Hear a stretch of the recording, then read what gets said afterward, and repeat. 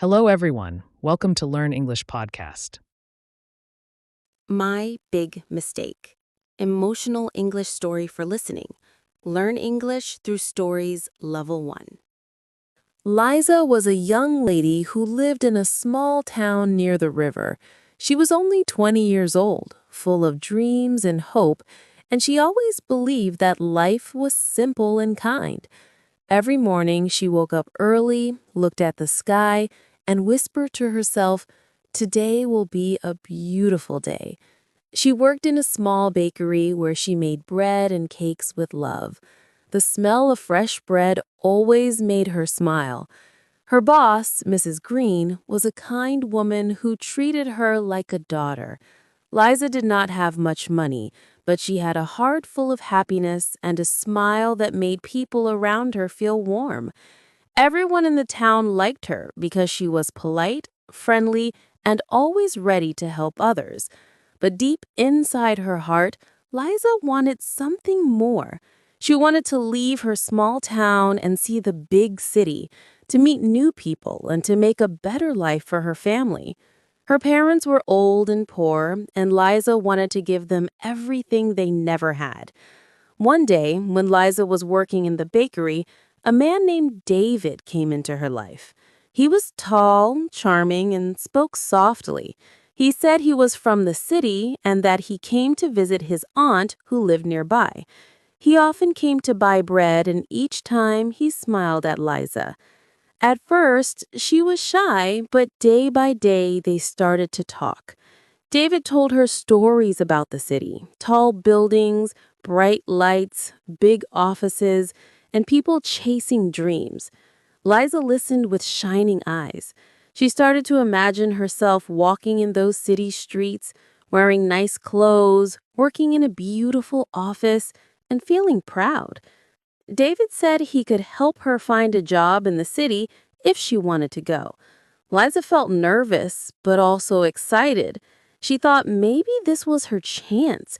Maybe this was the door that could open her future. One evening, after closing the bakery, Liza told her parents about David's offer. Her mother was worried and said, "Liza, be careful. Not everyone in the city is good." But Liza smiled and said, "Don't worry, Mom. David is a good man. I can feel it." Her father said nothing but looked at her with eyes full of fear. A few weeks later, Liza packed her small bag and left for the city with David. She cried a little as she waved goodbye to her parents, promising she would come back soon with good news. When she arrived in the city, everything was bigger and louder than she had imagined. The lights were bright, the cars were fast, and people were always in a hurry.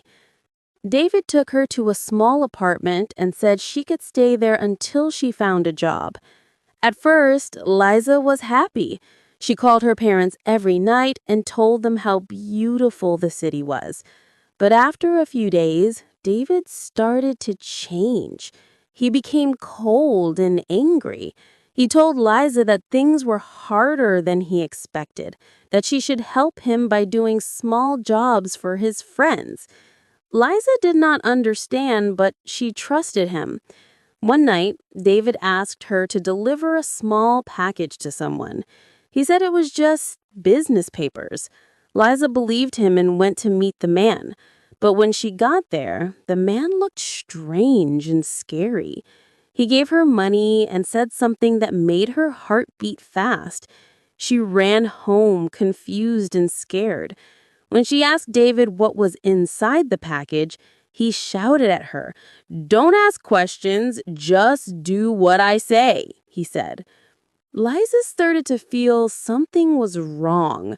She wanted to go home, but David took her phone and locked the door.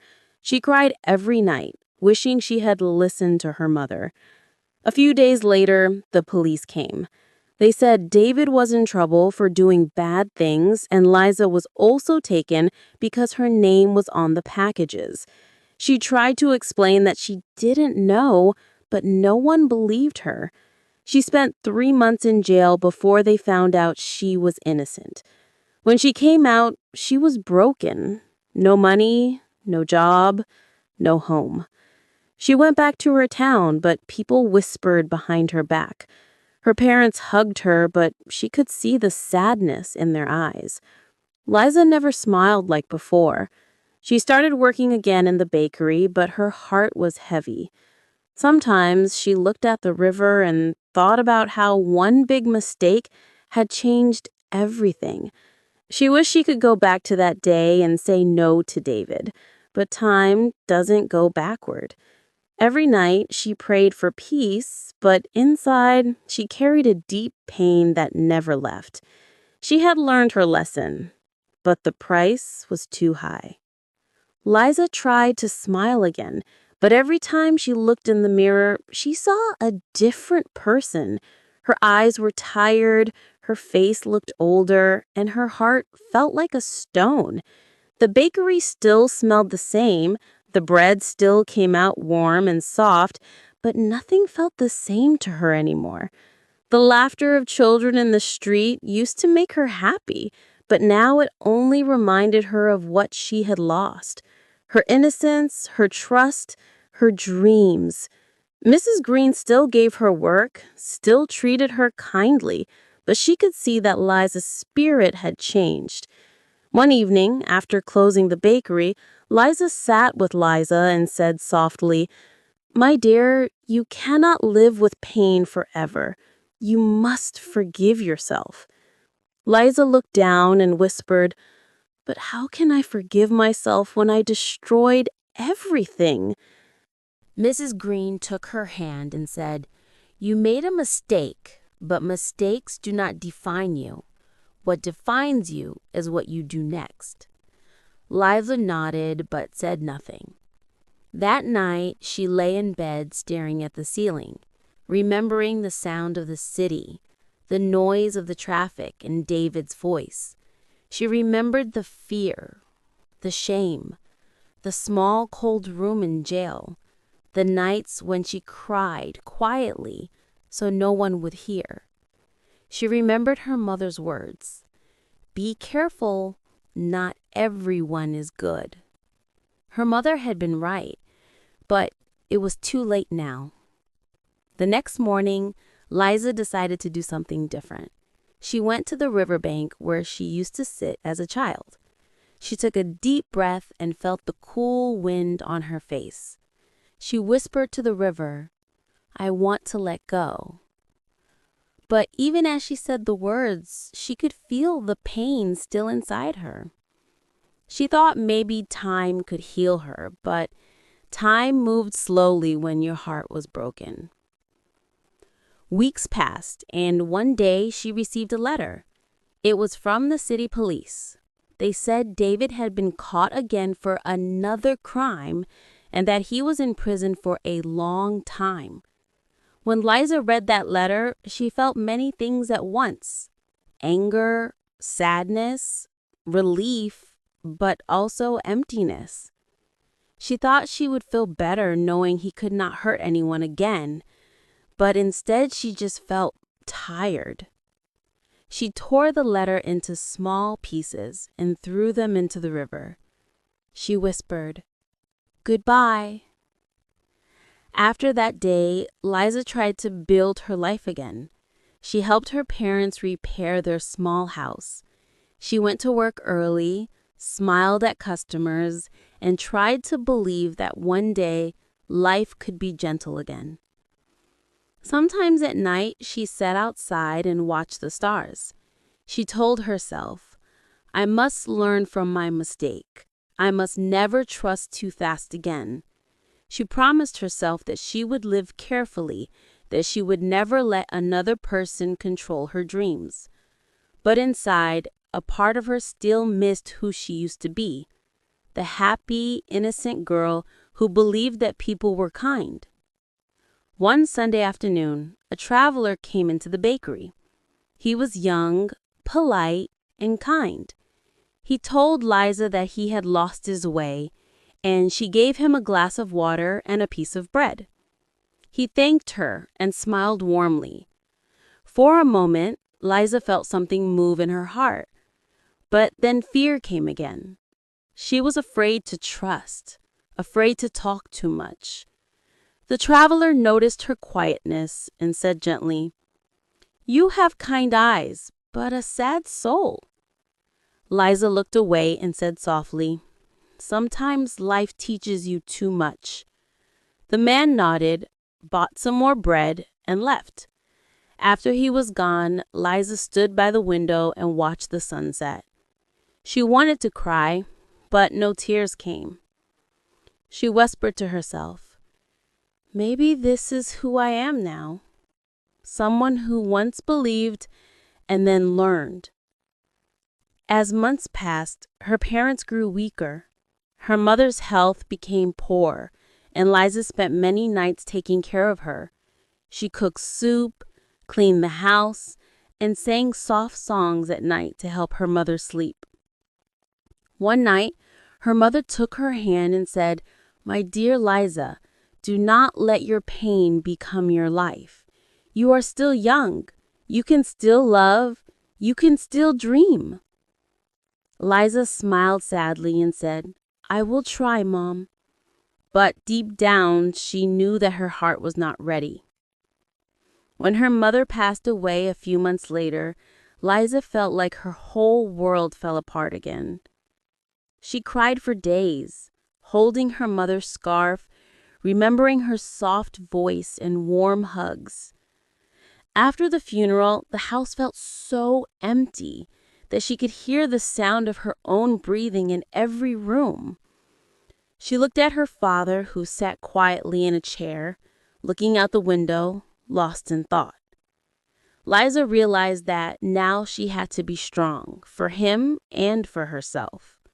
Life didn't stop for anyone. She had made mistakes. She had lost things she could never get back, but she was still alive.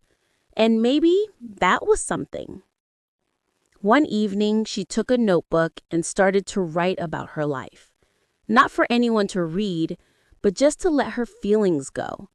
She wrote about the bakery, her parents, David, the city, the mistake, the pain, and everything she had learned. Writing made her heart feel lighter, like she was talking to someone who would not judge her.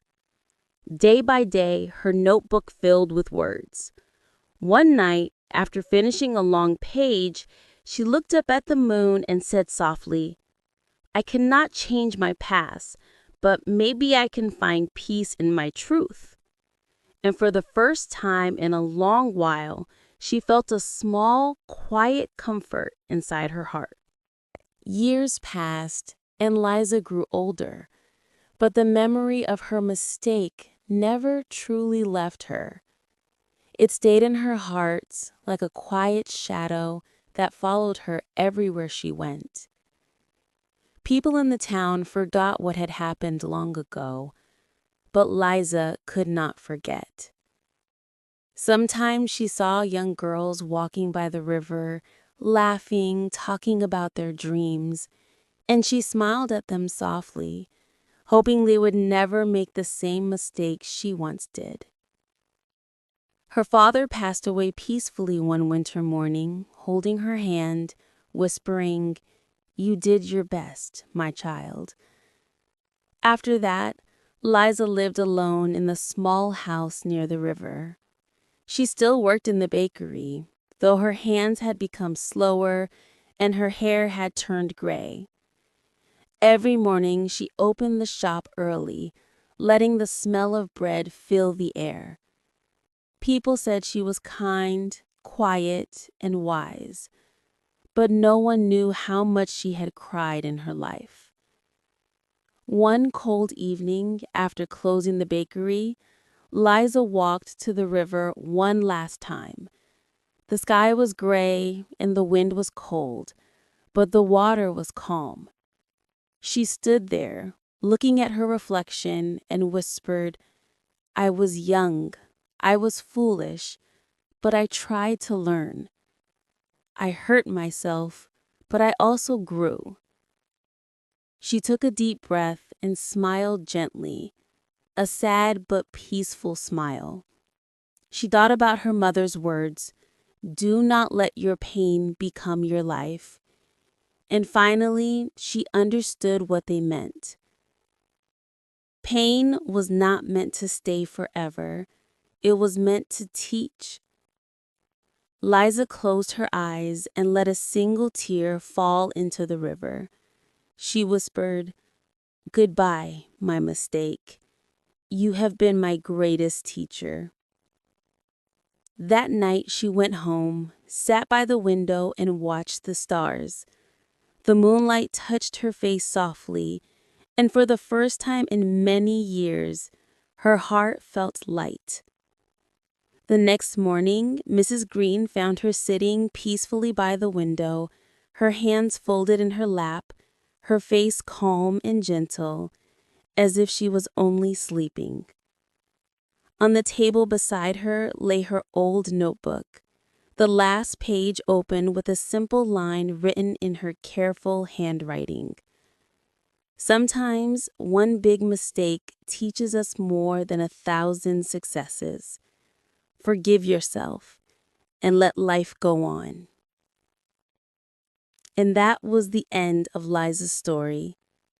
A story of hope, pain, and the quiet strength to keep living even after losing everything.